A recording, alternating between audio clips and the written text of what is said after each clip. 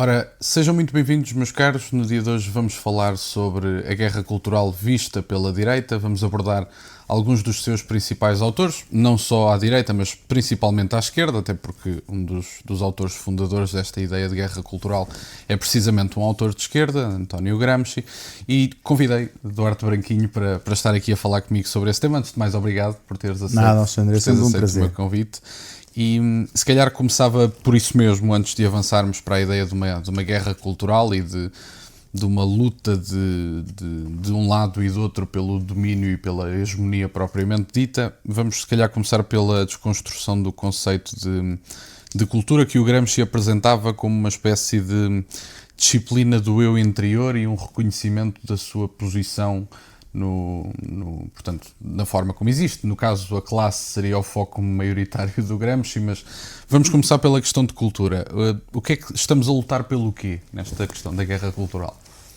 Bom, esta é uma vasta pergunta e que vamos mergulhar no tema, se assim podemos dizer.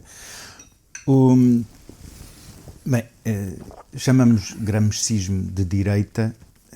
Eu gostava de dizer que isto é uma provocação. É curioso que eu publiquei recentemente um texto sobre este tema, também dei outras entrevistas noutros locais e, bom, tive várias pessoas que gostaram do que disse, mas tive algumas críticas também. Se calhar começava por aí, para desfazermos logo alguns equívocos.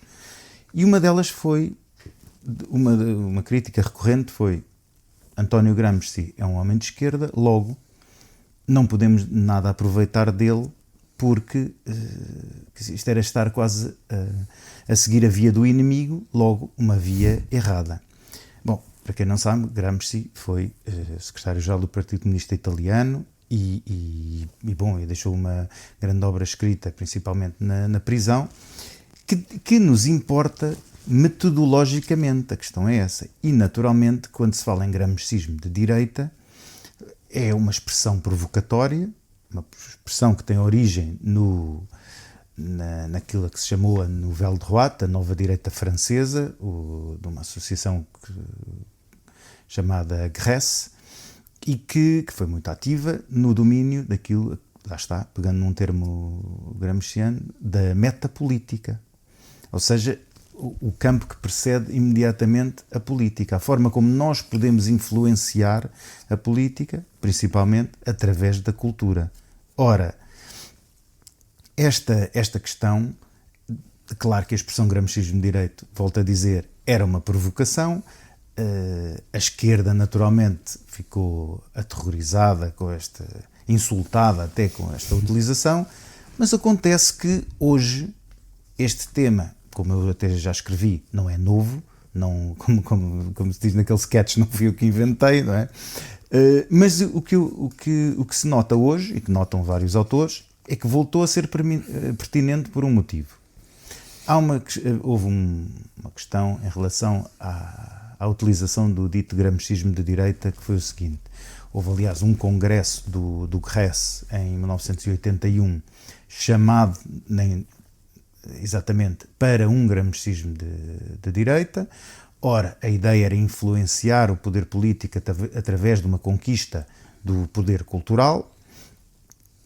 Estávamos em 81, Mitterrand tinha ganho as eleições presidenciais, ou seja, a esquerda chegava ao poder em França. Mal sabiam eles que ia ficar por muitos e muitos anos, e a ideia era fazer uma viragem à direita que passasse pelo combate cultural e pela conquista de uma área cultural que, por sua vez, influenciasse uma viragem política. Ora, longe de mim menosprezar o trabalho do Grèce, que foi importantíssimo e que foi precursor e que teve, devemos dizê-lo, muitas vitórias importantes, nomeadamente, não vou alargar-me sobre isso, mas para dar uns pontos altos, quer dizer, figuras importantes do Grèce, a começar pelo próprio Alain de Benoist, chegaram, por exemplo, ao suplemento cultural do Figaro, que depois daria a revista que ainda hoje existe, Figaro Magazine. Custa hoje a crer que uma revista com a dimensão e com o alcance, principalmente, que esta publicação tinha e teve à época, estava dominada, como nós hoje dizemos dos jornais de esquerda, não é? Que está dominada por intelectuais de esquerda. Neste caso estava muito dirigida por intelectuais do campo da nova direita. E que traziam discussões novas, traziam ideias novas e autores novos, principalmente. Iam buscar autores à esquerda e viam neles algum valor. É o caso do Gramsci, mas outros. Bom, muitos anos depois, o Guerre passou por várias fases, é uma longa história, mas em 98 um dissidente do Guerre, o Guillaume Fay, escreve um ensaio chamado O Arqueofuturismo, que foi também muito importante numa mudança política e metapolítica, mais uma vez, em França. E nesse ensaio o Guillaume Fay começa um capítulo exatamente com uma crítica à Nouvelle Droite. Nessa crítica diz como aliás falámos há pouco antes do programa, há aqui uma questão, não há apenas uma questão de estratégia política, de ideias, há também, como em tudo, em qualquer destas questões, há questões também pessoais entre Fay e Benoit, há outras questões, mas e por isso a crítica do Guillaume Fay pode parecer injusta num aspecto, mas noutro acerta em cheio. Ou seja, é verdade que, como eu disse há pouco, a Nouvelle Droite teve várias vitórias, mas também teve vários períodos de estagnação e de indefinição, podemos assim dizer. Ora, o Guillaume Fay, quando escreve esta crítica, diz: bom, nós propunhamos à época um gramscismo de direita. Ora, se formos a ver bem, quem de nós é que tinha lido realmente o Gramsci? E a primeira crítica que ele apresentava era a seguinte: era que, para Gramsci, todo este combate cultural girava à volta de um eixo central. Esse eixo central era o partido, no caso dele, o Partido Comunista Italiano. Bom, voltando atrás, em França, nos anos 80, escolher um partido à volta do qual girar este combate, um partido à direita, bem entendido, à volta do qual gerar este combate, não era assim tão fácil de escolher. Hoje, talvez para um jovem da tua idade, perguntará: mas não é o Rassemblement National? Sim, mas temos que lembrar-nos que à época o Front National era um jovem partido, era muito, mas muito diferente do que é hoje o RN. A direita, o que hoje podemos chamar a direita clássica, era também muito diferente daquela que é hoje e não era assim tão claro. E não havia mais escolha. Hoje em dia sempre há o Reconqueto também, não é? Portanto, não sim, seria tão eficaz na medida em que não chega a tantas pessoas, mas certo, o ambiente era diferente, as questões de fundo também eram diferentes. Ainda estávamos, por exemplo, durante a Guerra Fria, é outro aspecto muito importante. Ora, mas porquê é que nos interessa esta conversa toda? É porque hoje, e porque é que este debate voltou à baila, é porque hoje, com as vitórias dos chamados populismos de direita, em Portugal, nomeadamente, mas noutros países também, ou se calhar à portuguesa devíamos começar ao contrário, não é? Em tantos países e até aqui, mas de facto, há bem poucos anos, ninguém esperava, nem os analistas mais atentos esperavam que um partido como o Chega, alguns nunca pensaram sequer que fosse possível existir, não é? Tivemos um anterior primeiro-ministro a dizer que Portugal estava imune ao populismo. Sim, e depois sabemos o que aconteceu. Mas vermos em tão pouco tempo um partido como o Chega chegar ao segundo partido mais representado na Assembleia da República é de facto uma mudança estrutural no sistema de representação política em Portugal. Ora, esse abre um campo de oportunidades que alguns autores, e há um que penso que vamos falar daqui a pouco, dizem que é necessário aproveitar esta janela, como se diz agora, para iniciar e consolidar uma vitória cultural que é a única que vai, como dizer, sedimentar essas vitórias eleitorais, porque se nos centrarmos apenas numa vitória eleitoral, e pouco importa agora se concordamos com este ou aquele partido, porque o que interessa é transitória, a vitória política, sim. Exato, é circunstancial. Uma vitória eleitoral pode ter um significado ou outro. Naturalmente, acho que nenhum de nós, bom, eu devo dizer, até para quem nos ouve, eu não sou militante de qualquer partido político, por isso quando voto tenho um interesse direto quando vou votar perante aquilo que me é apresentado, perante a situação em que o país está nesse momento. Mas mesmo alguém que seja um militante político, do Chega ou de outro partido, não quer a vitória do seu partido só pela vitória. Isso é naturalmente, claro. Isso é absurdo. Tem um objetivo. Quer uma vitória para que haja uma mudança no país. Ora, sobre a questão cultural, acabámos por não a definir, mas introduziu um segundo tema, na medida em que o Gramsci acabava por olhar para a questão do senso comum e do bom senso como uma fase de transição entre um e outro. O senso comum era uma espécie de crença passiva, sem ação. Exatamente. No caso do bom senso é uma coisa mais ativa, com o reconhecimento da identidade, que, mais uma vez digo, é importante para o Gramsci, tinha que ver com a identidade na guerra de classes, portanto, qual era o teu papel individual na guerra de classes, mas a questão da cultura, a que é que o Gramsci se refere quando diz conquista, portanto, a hegemonia cultural? O que é que isto significa, para começarmos? Obrigado, eu, de facto desviei-me um pouco, mas pareceu-me pelo menos, espero que assim eu tenha ouvido, como uma introdução sim, claro. Até pelo tema, porque pode parecer que não faz sentido. A questão da hegemonia, que é uma questão central no pensamento do Gramsci. Bom, hegemonia, não vamos fazer aqui um longo percurso, mas hegemonia vem de hegemon, ou seja, o domínio, e reporta-se à Grécia Clássica, o domínio que uma das sociedades-Estado tinha sobre as outras, nomeadamente em alianças militares e que tinham que ver com a proteção militar uns dos outros. Isso depois, esse conceito foi-se alterando, mas foi seguindo durante a história, aplicado historicamente em termos de civilizações, em termos imperiais. Há um exemplo clássico, que é o clássico que é o exemplo da unificação alemã. Naturalmente é a Prússia que tem a hegemonia no que respeita à unificação alemã e a forma como influencia, até linguisticamente, mas não só, a construção de um Estado alemão. Mas neste aspecto, o que Gramsci traz aqui à colação é que o mais importante, mesmo que tenhamos uma vitória política, seja ela eleitoral, seja ela um golpe de Estado, seja como for, se não tivermos a hegemonia, ou seja, o controlo da cultura enquanto tal, o controlo de uma visão do mundo, de como as pessoas olham para os seus valores, não temos o poder de facto. Ora, se aplicarmos isto ao contrário, se calhar está aqui a chave da conquista do poder.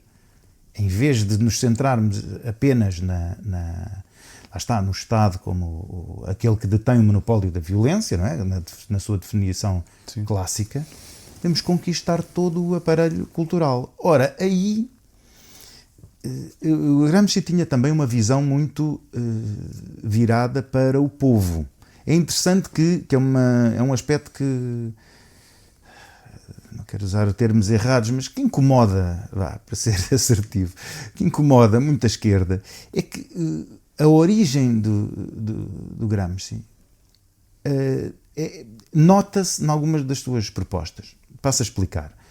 Nós olhamos sempre para um marxista clássico, uma leitura clássica das classes sociais, etc., da luta de classes, tudo isso, e naturalmente que Gramsci o tinha, não vamos aqui reescrever a história, mas há um aspecto importante. Gramsci era sardo, até pela via do pai, e teve desde muito cedo ligação à identidade da Sardanha, que se distinguia naturalmente de uma identidade italiana, e esse combate identitário, podemos chamar hoje, inicial, nota-se que o marcou, pelo menos numa questão, na importância que ele dava ao povo enquanto tal e na forma como se devia chegar até ao povo. E chegar até ao povo como? Compreendendo, vendo quais são as suas tradições, os seus hábitos e mergulhando em aspectos que podem parecer insignificantes, mas que nós hoje sabemos que são da maior importância. Ora, recordemos que à época estávamos a pensar em grandes movimentos políticos, estávamos no tempo das grandes ideologias. Sim. E o Gramsci, uma das coisas que apontava era que deviam eles, obviamente os comunistas italianos neste caso, mas aí é que está, o método deve ser aproveitado e pode ser aproveitado por qualquer campo. E deviam enraizar-se desde associações locais na indústria cultural, fosse o teatro, as artes, todos os aspectos da vida, a música, qualquer aspecto da vida seria importante exatamente para mudar os termos que há pouco falaste, também conceitos gramscianos do senso comum para o bom senso. Uhum. Ou seja, no caso da hegemonia como direção moral e intelectual, tem graça perceber que o Gramsci não rejeita a existência das elites e, portanto, não rejeita a existência e a sua necessidade. Ele não é um mero reconhecimento factual, é também um certo desejo, uma certa vontade de que existam, desde que, evidentemente, estejam do lado certo. Do lado certo para ele. Certo, claro, exatamente. Do lado certo para ele, certo. não é o nosso, exatamente. Mas o conceito de hegemonia parte do pressuposto de que existe uma classe dirigente, e isso até me lembra de um termo do Renaud Camus, que ele fala da hiperdemocratização da cultura e, portanto, e o seu consequente desaparecimento, na medida em que se a cultura se torna um pedaço mercantilizável em que só é verdadeiramente interessante quando chega a mais pessoas. Nós sabemos que muita da cultura deixa de existir, perde Exatamente. a sua... Nós não vamos massificar para que se venda melhor as obras do Aristóteles. Não faz sentido, não é lógico. Portanto, perdem a sua razão de ser. Como é que nós convivemos? E eu acho que esta pergunta adicional era importante, que não tem bem que ver com o Gramsci, mas acho que é importante.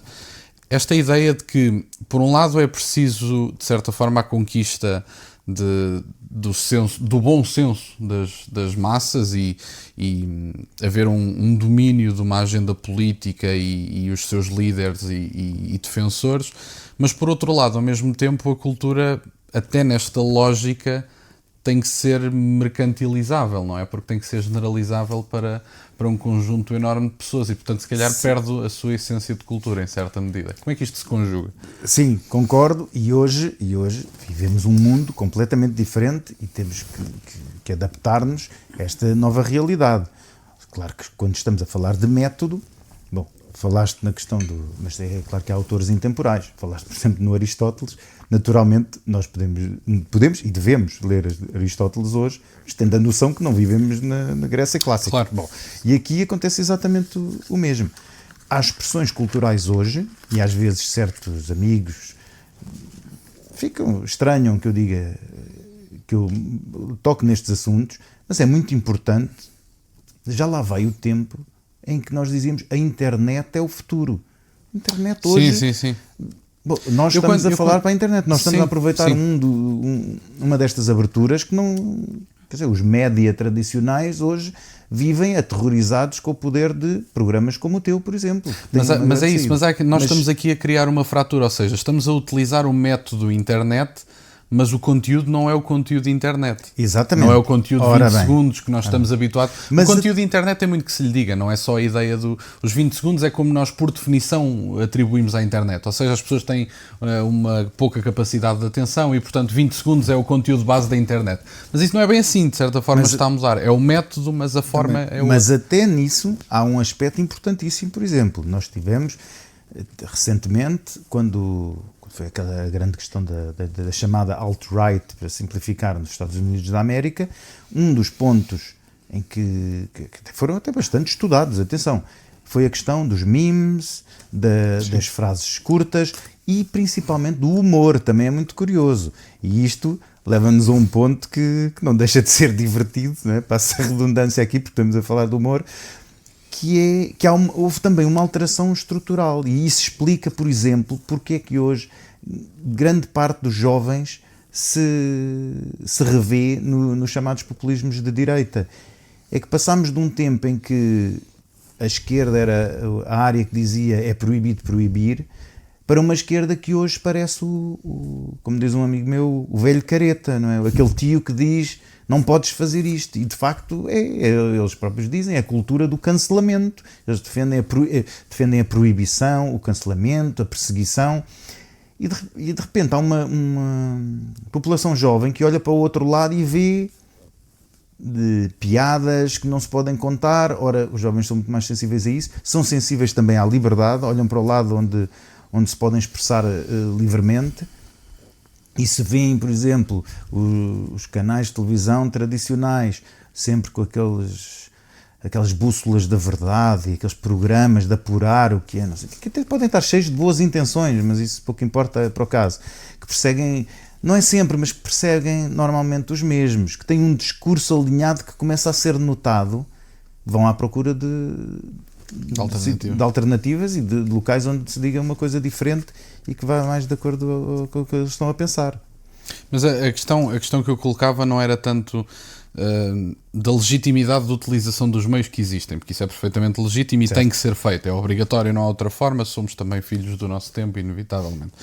Mas a questão é, se não vês, pelo menos na obra do Gramsci e até na obra que já vamos mostrar de seguida, vou-te deixar introduzi-la tu, mas se não sentes que, de certa forma, deveria existir um certo grau de responsabilidade destas mesmas elites, talvez dos intelectuais orgânicos, quem sabe, mas destas mesmas elites, da mesma maneira que utilizam os meios para chegar às pessoas, os meios que estão à nossa disposição e que devemos utilizar, mas também como o garante da elevação da cultura, não é? Portanto, tem que haver as duas coisas em simultâneo, e não é elevação na medida em que há um elitismo e há pessoas que não têm que ter acesso a ela, não é nada disso, mas que garantem que a pureza da obra do Aristóteles é respeitada, ou seja, não vamos tornar isto uma coisa de mercado, Aristóteles é isto, não vamos simplificar para que caibam aqui mais pessoas, ou seja, há isto existe, temos certos meios, temos que chegar às pessoas, mas não vamos distorcer a beleza das coisas, não é?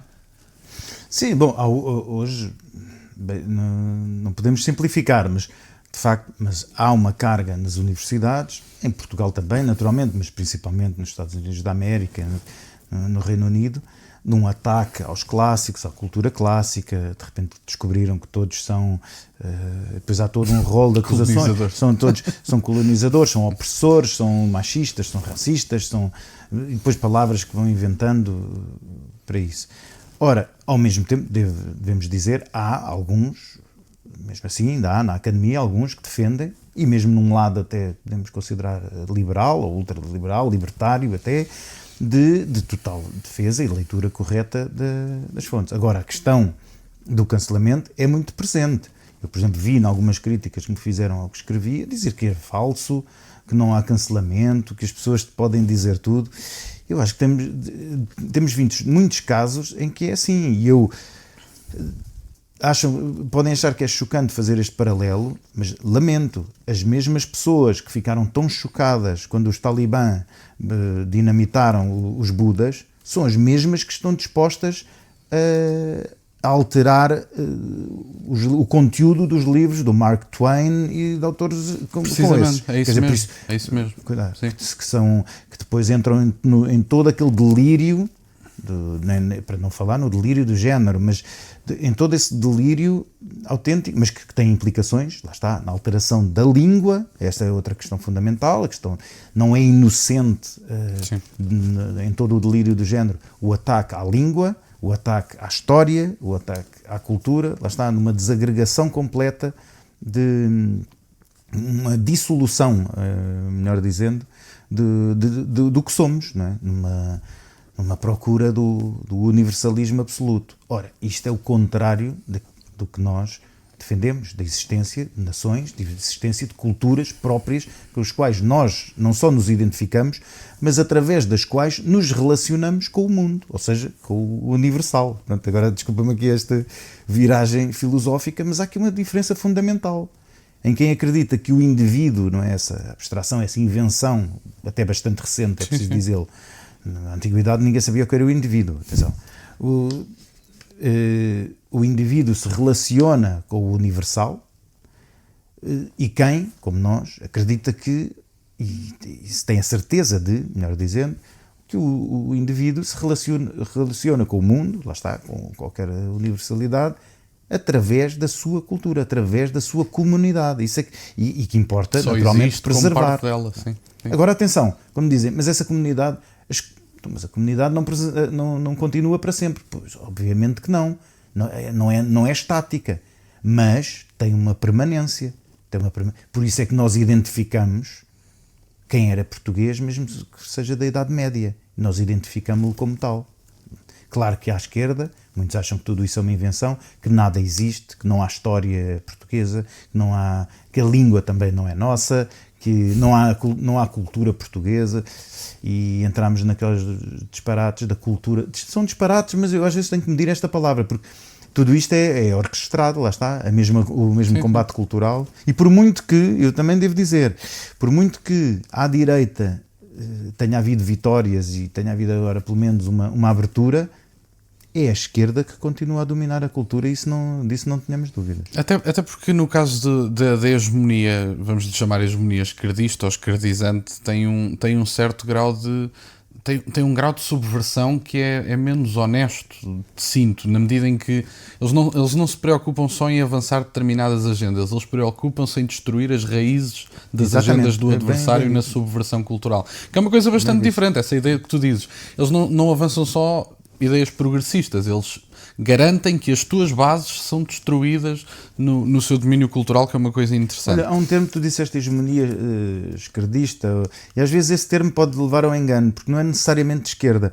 Há uma expressão que se usa em Espanha, que eu gosto especialmente, que os nossos vizinhos referem-se a essa área, como esse caleidoscópio, como el consenso progre, ou seja, o consenso progressista. E é interessante, é uma boa síntese do que está a acontecer, porque abrange muitas áreas que nós hoje consideramos de direita ou à direita. Um dos exemplos, aliás, da hegemonia, tivemos recentemente em Portugal esse caso, é o caso e aliás estamos agora a ver, é o caso das bandeiras LGBT. Sim. Bom, eu nunca consigo acompanhar essa sigla, porque nem eles próprios estão de acordo, mas as bandeiras LGBT... Estão de acordo que não existem, não é? Pronto, mas isso é uma evidência, mas enfim. Bom, presidentes de Câmara, autarcas de câmaras à direita, pelo menos na concepção de que eles próprios se dizem, não é? Dos partidos que representam, contornaram uma lei do governo, que é uma lei que sinceramente não tem nada de direita ou esquerda. Em termos protocolares, é constitucional, na verdade. A lei é garantia de que se cumpra a ideia de Constituição tão adorada. Sim, e de respeito aos símbolos nacionais. Sim. Lá está.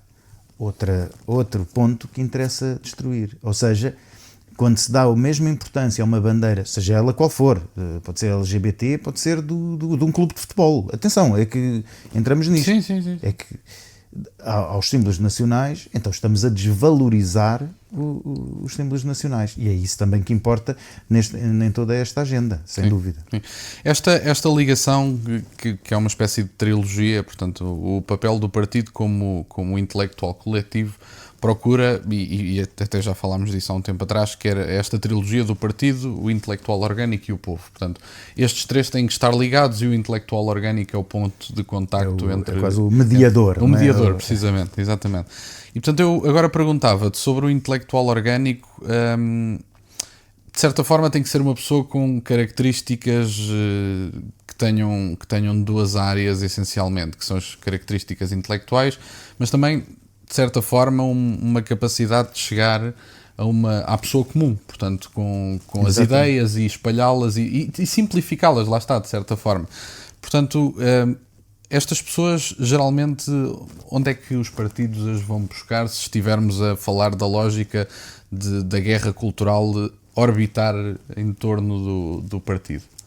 Bom, primeiro, para clarificar... E já agora o que é, exatamente. Pronto, quando falamos em figuras, aparece-nos sempre a figura... Faz lembrar aquela figura de o homem, a mulher... E por isso é que todos estes feminismos, por exemplo, hoje são completamente absurdos, porque quando consideram que uma mulher que uma mulher de 80 anos é igual a uma mulher de 18, nós sabemos que são ambas mulheres. Eu sei que esse campo feminista depois não sabe definir o que é uma mulher. Nós sabemos. Mas são diferentes. Uma mulher do século XVIII é diferente de uma mulher do século XX e assim sucessivamente. Ora, quando pensamos nesta ideia, o intelectual orgânico, assim, há a tendência de imaginar, não sei, uma escola dos intelectuais orgânicos que depois saem todos formatados. Bom, não é assim tanto que acontece, e mesmo à época não se acreditava nisso. Lá está, como bem observaste, são figuras, são mediadores, são figuras intermédias que fazem a ligação com o povo. Ou seja, alguém que tem presente a visão do mundo que interessa, neste caso que interessa, no caso do Gramsci, quer dizer, que interessava ao Partido Comunista Italiano e por consequência à Revolução e à alteração da sociedade, mas que vão buscar ao povo e que fazem essa ligação. Por exemplo, e quando nós pensamos que são, e como ouvimos o termo intelectuais, achamos que são umas pessoas muito eruditas, que vão, não sei, recitar... vão recitar o Hesíodo em grego clássico. Não é disso que se trata. Podem ser, por exemplo, pessoas que estão na filarmónica de uma pequena localidade, num clube desportivo, numa associação da terceira idade, de um coletivo de artistas, em vários aspectos e outro.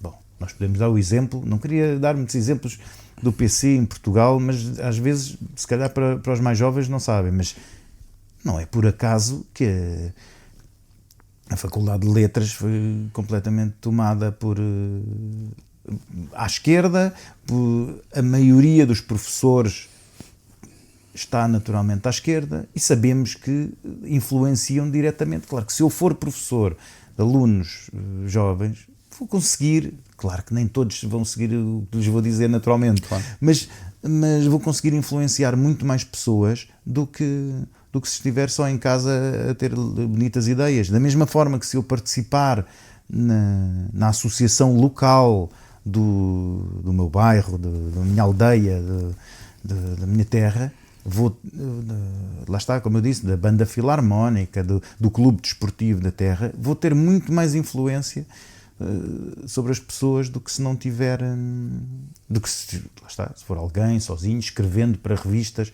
eruditas, intelectuais. Com certeza tenho a minha influência, mas lá está, também há intelectuais orgânicos para esse papel. Mas para sairmos da ideia de que o intelectual orgânico é alguém, por exemplo, é um professor universitário que escreve artigos científicos, académicos, ótimos, eruditos, que vão para uma classe superior, não é isso. Desce até ao ponto, lá está, pode ser o treinador de futebol dos nossos filhos, por exemplo. Então, e o que é que, se calhar, aproveitar... ser o professor de música dos nossos vizinhos.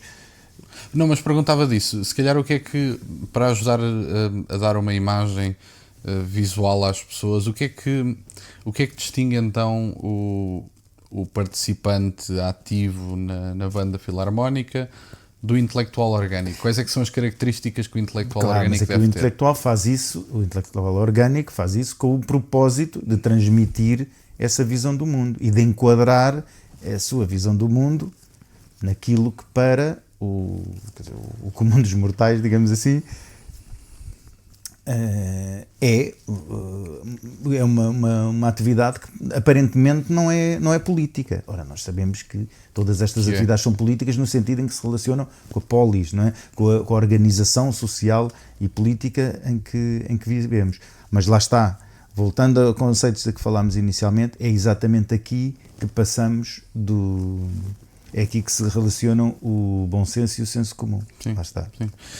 Temos então mais ou O menos... intelectual orgânico transforma o senso comum em bom senso, Sim, ou sim, seja, sim, transforma aquilo que as pessoas acham que é a sua vida normal, as suas ideias naturais, são óbvias, sim. que têm uma óbvia carga política e com um óbvio objetivo político. Sim, até porque nós vemos algumas gerações em determinadas partes da história que no espaço de 2 gerações vivem de forma completamente diferente. Isso vê-se, por exemplo, na queda do Império Romano, quer dizer, é uma coisa que em 2, 3 gerações vês ali uma diferença absurda. Mas mesmo hoje, mais próximo de nós. Sim, é verdade. Agora que elaboramos mais ou menos, vamos lhe chamar o passo a passo gramsciano, se calhar pedia-te então que me falasses agora de algumas figuras que tenham aproveitado isso de forma bem sucedida à direita. Bom, falei no caso da Nouvelle Droite e principalmente da Alain de Benoist, não é? Que era a sua figura de proa, mas gostava de mostrar aqui um livro, tens que dizer-me onde mostro, aqui para a câmara. Sim. Um livro do Benedict Kaiser, que é, passo a explicar quem ele é. O Benedict Kaiser é um autor alemão que tem vários livros publicados, é igualmente um ensaísta que lida com questões lá está, de conquista do poder cultural à direita, escreveu outros livros nestes termos, mas há que dizer que ele é o assessor parlamentar da AfD, da Alternative für Deutschland, ou seja, o partido populista da direita alemão, liderado por Alice Weidel. O Benedict Kaiser, devemos dizer, não é curioso, porque nós temos tendência a olhar para a AfD como um partido, como o Chega, como o RN em França, mas não é. É um partido muito diferente neste aspecto. Devemos lembrar-nos que a Alemanha é um Estado federal, é um país muito grande, com realidades muito diversas, com várias línguas, por exemplo, é uma coisa que as pessoas raramente pensam, mas o próprio partido, a AfD, reflete isso. E é um partido que é plural e até tem uma grande democracia interna, é uma coisa que deve irritar muito a esquerda também, que também nunca reconhece nada dessas coisas, E eu dou um exemplo. O Benedict Kaiser, de quem estamos a falar, é um dos grandes críticos do Maximilian Krah, que foi um dos... Teve aí há uns tempos de ligar, as pessoas conhecê-lo-ão por uma polémica que houve, mas ele, entretanto, agora voltou como deputado, mas que tinha escrito também um programa, um ensaio sobre como devia ser a AfD. E o Kaiser é crítico das ideias dele e também crítico, outra questão, do seu modo de agir, por exemplo, enquanto quase estrela do TikTok, que são meios muito importantes, mas que não bastam por si só. É isso que Benedict Kaiser chama a atenção. Ora, isto só para mostrar que, o que quero dizer com isto é, quando se diz que esta pessoa é da AfD, não significa que simbolize todo o partido e que o partido vá só numa direção. Aliás, isso nem a AfD, nem nenhum outro partido.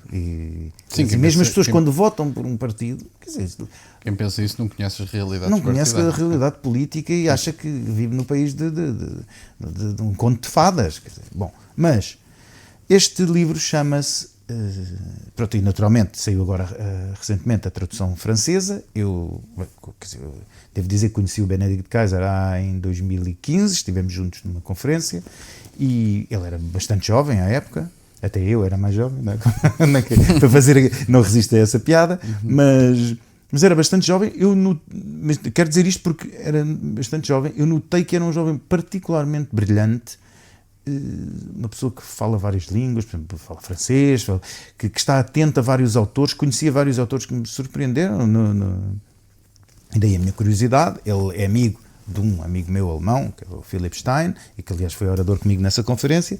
O Kaiser depois tem feito um percurso fantástico, tem escrito, há outro ensaio dele muito interessante, que é que se chama Die Partei und ihre Vorfeld, ou seja, o partido e o seu âmbito, o seu âmbito alargado, não é? O seu espaço de influência, a sua área de influência, e que é lá está, cá está o precursor para este ensaio dele.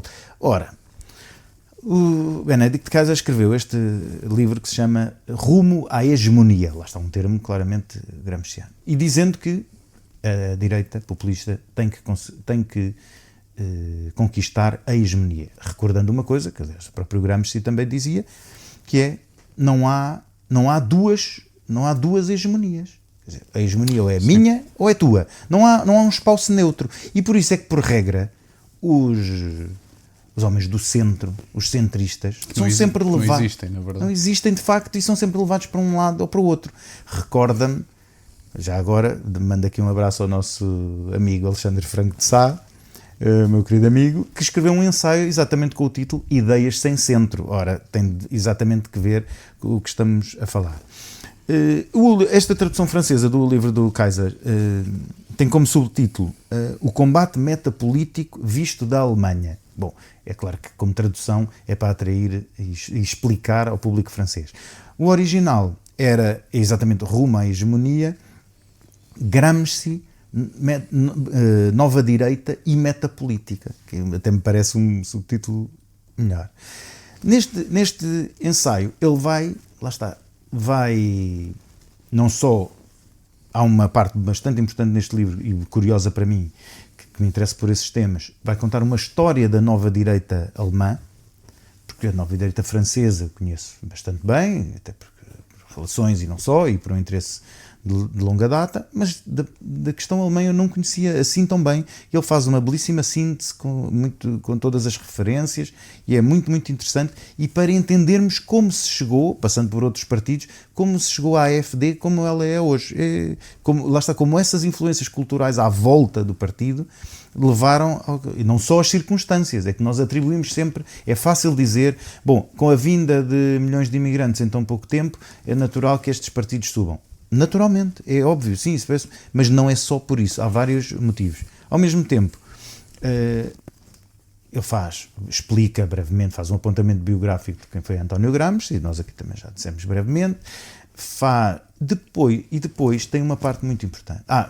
Diz também o que é que interessa, o que é a hegemonia, os conceitos gerais, mas depois vai pegar em vários conceitos gramscianos, defini-los sucintamente e dar um exemplo prático na política alemã, principalmente alemã, obviamente, até porque ele é alemão, escreve para alemães, mas que são exemplos válidos para outros países europeus, mas ele dá alguns exemplos europeus também, franceses naturalmente, há um italiano pelo menos que me lembro, há um relativo aos Estados Unidos da América. É curioso ver como podemos pegar nesses conceitos e dar exemplos práticos, é isso que me parece até a mais-valia do livro. Não é só um exercício teórico, é mesmo uma demonstração prática da aplicação de conceitos que nos podem ser muito úteis. Por fim, eu devo dizer uma coisa que digo muitas vezes, mas aqui vai outra vez. Há uma ideia, as pessoas têm ideias sempre dos outros povos, não é? Como é que são, os portugueses são assim, os espanhóis são assados. Ora, há uma ideia sempre de que os alemães são um povo que não tem sentido de humor. Isto é uma coisa, eu nunca entendi muito bem isso. Com certeza naturalmente tem um sentido de humor diferente do nosso, mas é uma coisa que desprovida de qualquer sentido. Eu tenho muitos amigos alemães, quer dizer, vou regularmente à Alemanha e não é isso que sinto. Ora, eu estou a pegar nesta história para dar uma nota humorística que o Benedict Kaiser dá no livro, dá várias, mas esta é a principal, em que na parte dos agradecimentos, como há em todos os livros, na secção de agradecimento, ele agradece aos amigos, às pessoas que o ajudaram, pronto, o habitual, e depois diz também, e agradeço à Inês Schwetner, que é uma deputada do Die Linke, ou seja, o equivalente em Portugal ao Bloco de Esquerda, porquê? Porque essa deputada terá dito, ele dá a referência, num podcast, numa entrevista a um podcast com outra colega de partido, imagino, terá dito, muito alarmada, a dizer, terá dado o seguinte conselho, nós devemos começar a ler o Gramsci como deve ser, porque é isso que a direita anda a fazer. E ele, ironicamente, agradece-lhe. Gostava de deixar aqui este apontamento. Já agora, Alexandre, se me permites, eu, como falei deste tema, referi este livro e, naturalmente, comuniquei ao Benedict que o tinha feito. Ele ficou muito contente e desafiou-me a traduzir o livro e, naturalmente, estou a traduzi-lo do francês, não do alemão, que infelizmente o meu alemão coloquial não me o permite, mas permite-me pelo menos sempre verificar alguns pontos para os quais ele me chamou a atenção nesta tradução. Mas posso anunciar aqui que ainda este ano sairá uma edição portuguesa deste livro, que é uma coisa que me orgulha e acho que vai ser muito útil para quem hoje, não só para quem está na política, e volto à minha questão, estar na política não é ser militante de um partido, eu volto a repetir, eu não estou, mas isso não significa que não tenha uma influência política. Nós, quando falamos das nossas ideias a um amigo ou ao almoço, estamos a ter uma influência política. É importante ditar isso. E às vezes este livro estará traduzido em português ainda este ano. Ainda este ano. Okay. Isto é o que está no plano e eu não gosto de arriscar nestas coisas, mas... Vais ter um verão produtivo.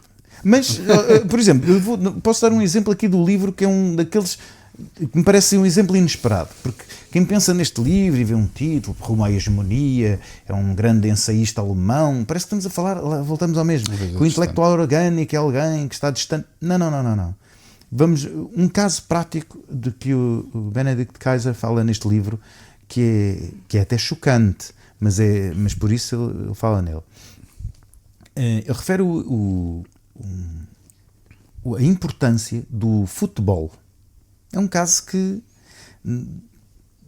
por regra, esquecemos, não é? Porque pensamos que, por acaso não falámos nisso no início, eu devia ter dito, não é? A direita, por regra, tem tendência a desprezar a cultura. Acho que isso não interessa muito, é uma área... Até acha que isso são umas coisas um bocado da esquerda, o que é um erro monumental, é um erro crasso. E tem sido. Mas, ao mesmo tempo, nós bem nos lembramos, ainda nos recordamos do tempo até do hooliganismo no futebol, uma coisa que hoje está muito diferente, mas que estava tendencialmente ligado a uma direita mais radical, era aliás muito atacado por isso. Ora, nos últimos tempos tem havido uma viragem. Temos clubes de futebol, o caso alemão é paradigmático, temos clubes de futebol assumidamente de extrema esquerda, porque aliás, se pensarmos o contrário era impossível, ninguém imagina um clube, estamos a imaginar agora o União, não sei o quê, o Vila Franquense, ou um clube qualquer, assumir-se como nós somos um clube de direita e ter um discurso destes, que é uma coisa impensável, mas neste momento existem clubes de extrema esquerda que o dizem sem papas na língua. E mais, até as violências derivadas do futebol, ou associadas ao futebol, hoje em dia estão muito mais à esquerda do que à direita. Se o fenómeno do hooliganismo inglês, principalmente, foi combatido e até bastante, bastante apaziguado, hoje nós vejamos qualquer jogo em França, seja da seleção, seja do PSG, ganhem ou percam, sabemos quem comete esses atos de violência. Sim. E sabemos quais são os partidos que exploram exatamente essa revolta, esta justa revolta social. Ora, o Benedict dá, para concluir com o exemplo, um exemplo de um programa infantil de um canal para crianças que existe na Alemanha, chamado Kika, e que é um programa aparentemente inócuo, inofensivo até, porque que é uma menina que quer começar a jogar futebol. Até aí podemos pensar que qual é o mal de alguém, uma criança querer jogar futebol, até um desporto, é saudável, tudo isso, mas em que clube é que ela vai jogar? Vai jogar num clube que se chama Roter Stern Leipzig. E, aliás, o nome diz tudo, é o Estrela Vermelha de Leipzig. Ou seja, como eu volto a dizer, são clubes que não escondem sequer no nome e na sua prática. São clubes que têm todo o discurso de ultra-esquerda, etc. O facto de um canal destes, sei lá, o Kika é o semelhante ao canal Panda, pronto, para que nos entendam em casa. É, o facto vamos tomar um exemplo, este parece-me óbvio, mas vamos tomar um exemplo extremo. Se amanhã um canal infantil, como, não digo que seja o Panda, que é para não haver problemas com esta emissão, mas do estilo do canal Panda ou do canal Kika ou outro qualquer, disser, bom, vamos ensinar aos meninos o que é a política, o que é votar, o que é ser militante de um partido. E quando nós vemos o partido que vai escolher é o Bloco de Esquerda, sabemos que esta emissão não tem nada de inocente. Sim, claro. Nós vimos até casos recentes, e na RTP, que é um canal público, devemos lembrar-nos, de caricaturas, daqueles cartoons, que curiosamente incidiam sempre pelo mesmo partido. Não, e que tem ex-deputados da CDU em órgãos decisórios, literalmente. Por isso, lá está, voltamos à questão do controle da cultura. Uhum. E quando nós hoje olhamos para o PC em Portugal e vemos os seus resultados eleitorais ridículos, e quando digo ridículos é no sentido etimológico do termo, de minúsculos, nunca devemos menosprezar o seu poder cultural, porque, mais uma vez, eles mantêm, e lá está, na esperança de que uma viragem política eleitoral aconteça, mantêm este poder cultural em campos como a educação, a cultura, os museus, as associações locais. Já trabalham para a próxima oportunidade que possa surgir. Se calhar terminávamos com as considerações que eu acho que o Gramsci teria, esta ideia de que, aparentemente, até mesmo numa altura em que as vitórias políticas estão iminentes ou já estão a acontecer em alguns países da Europa, há um certo derrotismo que é quase sentido, até em artigos, até em autores da Nouvelle Droite, precisamente. Lembro do artigo que já tínhamos falado, do Alain de Benoit, em que aparentemente está tudo perdido, não é? Agora que começámos a ganhar, que é uma coisa curiosa, que nós achamos às vezes que é uma coisa exclusivamente portuguesa e de forma característica portuguesa. Vemos um autor que esteve, vamos lhe chamar, um autor que esteve na vanguarda da vitória de hoje, não sozinho, evidentemente, mas que esteve na vanguarda e que assume um certo derrotismo de que está tudo perdido, precisamente na altura em que começamos a ganhar. Aí, sim. E portanto, se calhar terminava isso com algumas considerações sobre o lema do Gramsci, que eu acho que também devemos tomar para nós, que é o pessimismo da inteligência e o otimismo da vontade. Podia ter algumas considerações sobre isso. Deixa-me falar, eu acho que se calhar não entendem tanto o que disseste, porque podem não estar dentro dessa ideia do Alain de Benoit. Tu referes-te concretamente ao último número da revista Élément, que é uma revista, já agora, para quem nos está a ouvir, que se vende em Portugal e que eu aconselho, uma revista de debate muito interessante. Sim. Cujo último número tratava do tema da remigração. Pronto. Sabemos que essa palavra é quase uma palavra de ordem para impulsionar e lá está, e nunca podemos menosprezar o valor das palavras. É claro que à esquerda e mesmo à direita ou noutros, há sempre quem queira associá-la a certas pessoas, a certas tendências políticas. O que acontece é que essa palavra surgiu até de um programa da AfD, conhecendo a língua alemã se percebe que nessa construção alemã das palavras faz todo o sentido, não era propriamente inovadora, mas Martin Sellner, um intelectual austríaco, escreveu um ensaio sobre isso e uma proposta política nesse sentido.